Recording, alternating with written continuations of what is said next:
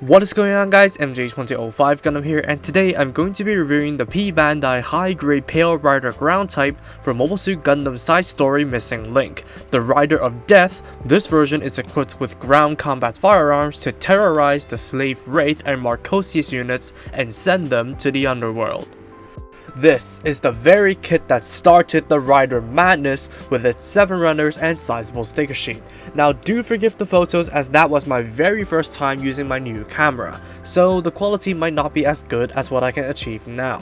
That and some of the parts have fallen off of the runners from continued abuse during its 3 years in the store. Otherwise, there really isn't much to elaborate on the build, from building all the other riders apart from the dark blue being susceptible to nub marks. But the weapons are interesting, and this kit doesn't feel like sticker hell at all, at least compared to the white and black riders. And frankly, it's kind of a loss reviewing this rider last, because there is nothing much to say about the looks other than the color choice is spot on and the proportions are accurate. Stickers are plentiful, but nowhere near as bad as the fairy riders, as you only have the head sensors, the white in the leg thrusters, and all the golden vents on the body, totaling 26 stickers in the Hades mode. Now, I will confess, the ones in the cheeks and leg vents don't look the best, but at least the sticker count can get away more easily in Hades mode, as the vents are actually glowing bits, and at least it's not as painful as the fairy riders. Seam lines on the arms and backpack still remain, as this kit is the root of all riders, and there is a healthy amount of surface detail to sink the panel lining marker into.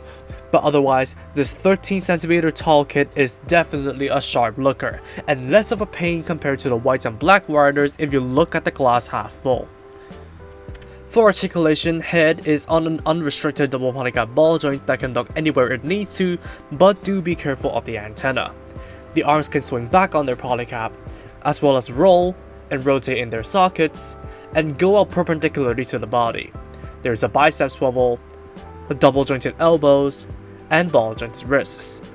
There is no waist crunches, but there is a pretty decent waist rotation until the beam saber gets caught on the harness. Front and side skirts move, while the back skirt is stationary as usual. The legs can swivel laterally, as well as do the funky dance. Front and backwards kicks are alright, while a smidge off of the full side splits. There's a thigh swivel, double jointed knees, swiveling ankle guards, and multi-jointed feet with decent flexibility. Since this is the articulation the future rider variants take from, so naturally it shares the same joints and structure rigidity. As a result, it is just as flexible as the fairy riders. Accessories begin with the standard holding hand, so there is no other options. As for weapons, there are beam sabers stored in the cups of the skirts that can be pulled out and used with the SB13 beams. It is an unusual configuration for beam saber storage, but that is precisely why I like it. Next are the missile pods. They come in this dark blue with somewhat troublesome gate placement, and they just plug into the hard points on the sides of the legs. No opening hatches or anything, which is a little bit sad. Moving on, there is a bullpup machine gun with a green sticker for the scope. It is a simple machine gun that slides into the hands for use, and thankfully with no issues. For heavy artillery, a 180mm cannon is included for its use. It plugs into the harness under the backpack and can be stored solidly as is. It can also be swung forward for use after flipping up the handle, and apparently it can be used with a folded barrel.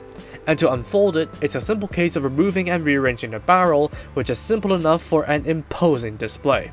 The cannon also features other adjustment points on top of the swinging arm. Finally, it has the spike shield for its defense, and all of the white bits are stickers that look horrible from folding onto multiple surfaces, which is why I will recommend painting it. It plugs onto the hard points on the hand beam guns and adjusts on a peg, so it can get out of the way for movement quite easily. There is also a pair of functioning power bunkers at the front, which is pretty neat. And the only leftover of this kit is the duplicate visor for the alternate mode, so you can use it on one of your leftover Pale Rider heads, which is kinda neat.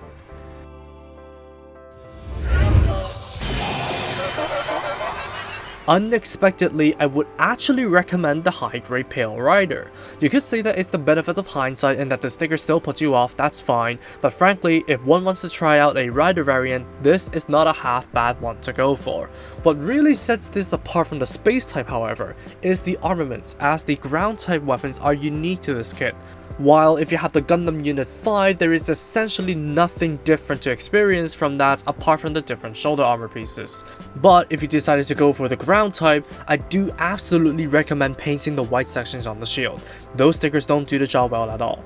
But overall, I would genuinely recommend you try out the original Pale Rider if you want to dabble into the Rider kit. And Bandai, it's about time you made a high-grade Red Rider.